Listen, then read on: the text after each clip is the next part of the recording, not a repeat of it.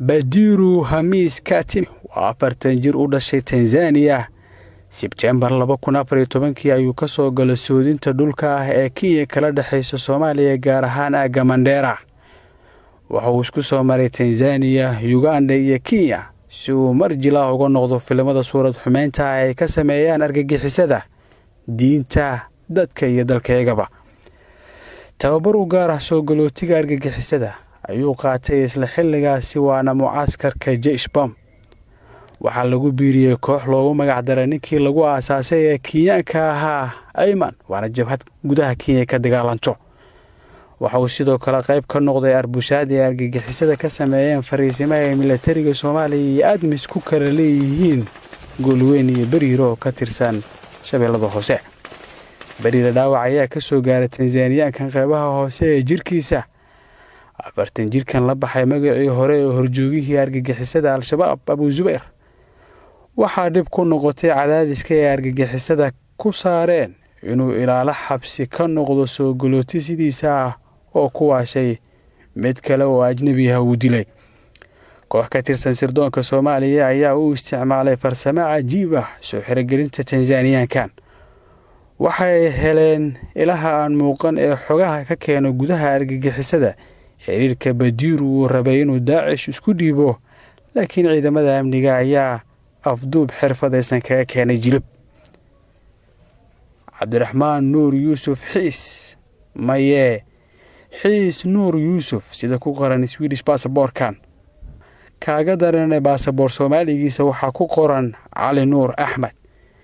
Xiis waa Soomaali Swedish la isla ogol yahay magacan, laakiin magacyada kale ay su'aalo dul hoganayaan. waa 30 jir ku dhashay Boorama deganaa Sweden ku dhawaad 12 sano ee jagtay. dabayaaqadii 2008 ayuu safar dhulka u maray si uu u helo nolol ka fiican tan waagaas uu kula noolaa Boorame.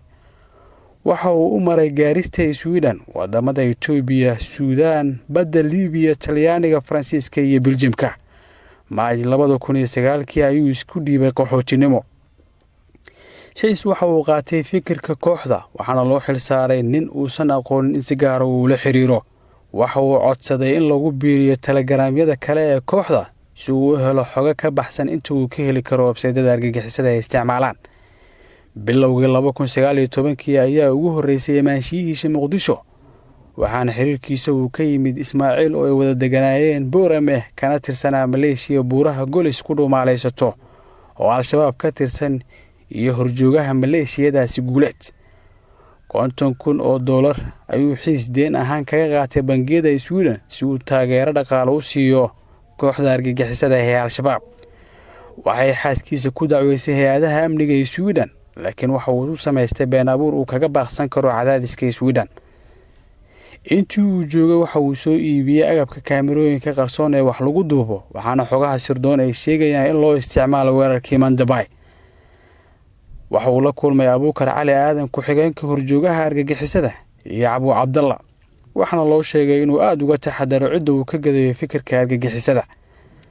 waxa uu isticmaalay fariimihiisa gaarka ah ee sirdoonka heleen luqado qaas ah, balse laga dheehan karo sida uu ugu jadbaysnaa daadinta dhiigga muslimiinta Soomaaliyeed. waxa uu dalbanayaa inuu sameeyo isku dayo uu weerar argagixisnimo kaga sameyn karo Faransiiska iyo Ingiriiska. waxaase lagu qanciyay in howshiisa ay guuleysatay markii la daawadsiiyay muuqaalo ee Al-Shabaab ku baahisay internetka ee la xiriira weerarkii Mandabay oo la rumaysan yahay in loo isticmaalo kaamirooyinka uu isaga keenay. sirdoonka Soomaaliya oo isticmaalaya tabihiisa gaarka ah ayaa ka soo kaxaystay Kuyo Barrow. June sanadkan ayay ku soo wareegtay xeelaalinta dacwadda ka dhanka ah Badiru Hamis Katimi iyo Xiis Nuur Yuusuf. waxayna soo gaartay fadhigii maxkamadeed ee labada eedeysana ugu dambeeyay 4 bishan aynu ku jirno ee 8aad sanadan 2022.